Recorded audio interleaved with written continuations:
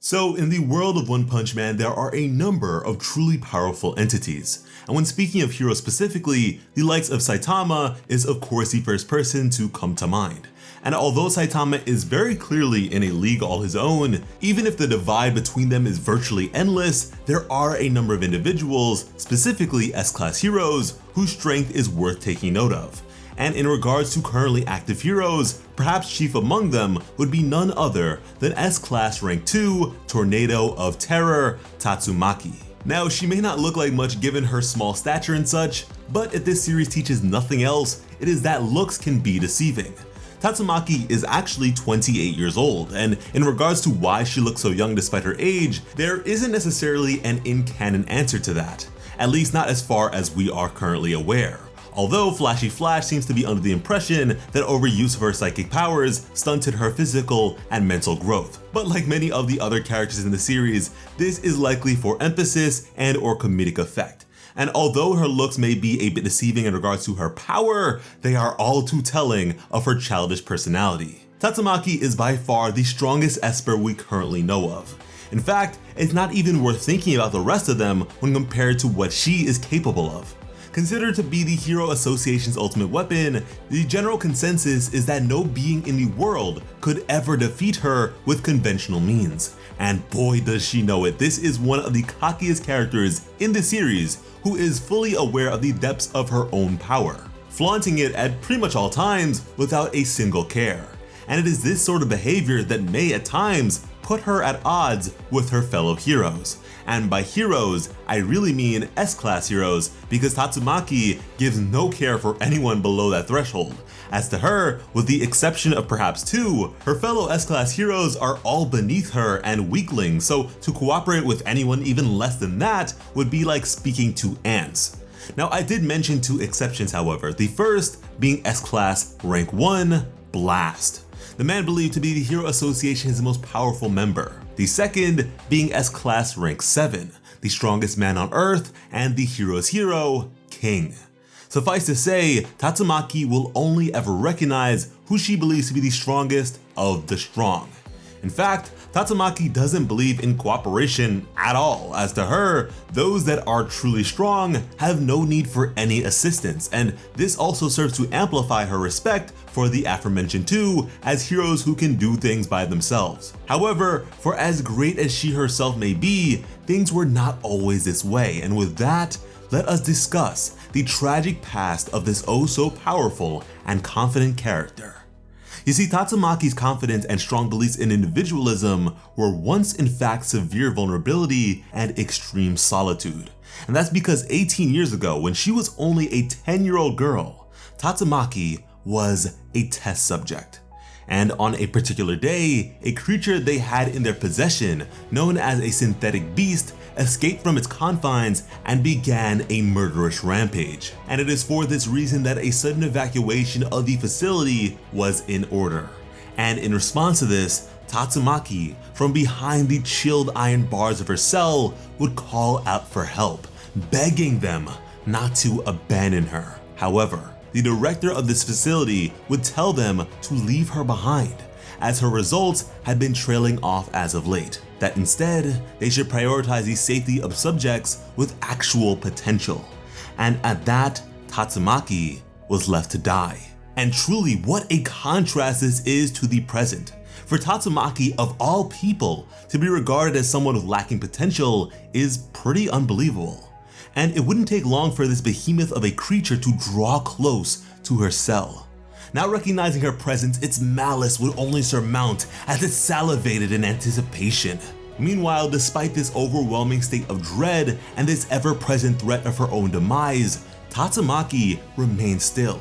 In fact, she would close her eyes to it all, seemingly accepting her fate to be that of death. And to follow this non-resistance, the monstrosity would make its aggression known with a blood-curdling outcry, which was swiftly accompanied by the meeting of its hulking fist to the very door she was holding onto, very easily breaking through. And interestingly enough, considering Tatsumaki's size, it is quite possible that she may have actually used her powers to at least get up to the bars here. But yeah, Tatsumaki would be flung backwards into the back of her cell where she remained with her eyes closed in acceptance of her unfortunate fate.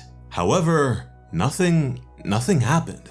But just then, a voice would emerge, one that would confidently tell her that she could come out now. And in doing as she was told, she would exit to see the once ravenous behemoth now dead with a massive crater of a wound through the side of it, as a single man in a cape stood beside its corpse.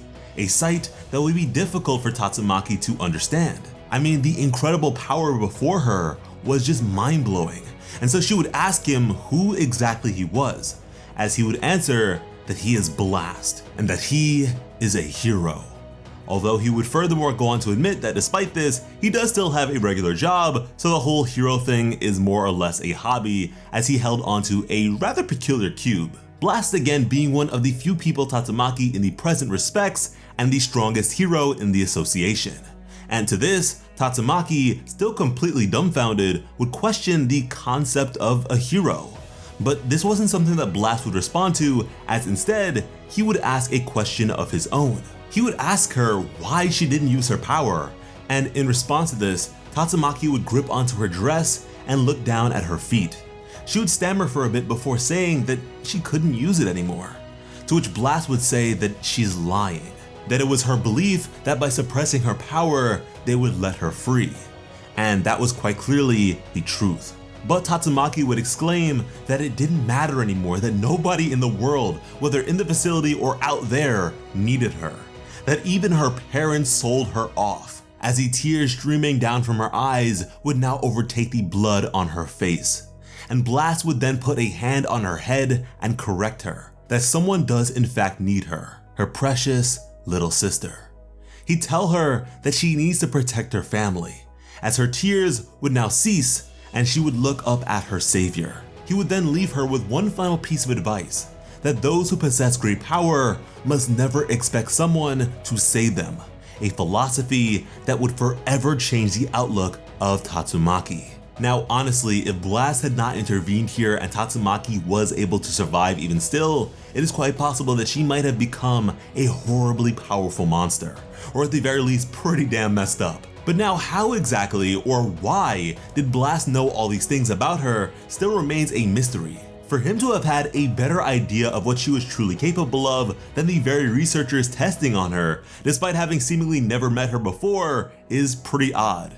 And seeing as he was not able to truly perceive just how strong Saitama is, unless it's a situation where the vastness of his strength is so grand that it is unperceivable, I doubt this was based on his instinct. Furthermore, he also knew about her younger sister, and it's not as if either were ever revered to be especially powerful or anything like that at the time.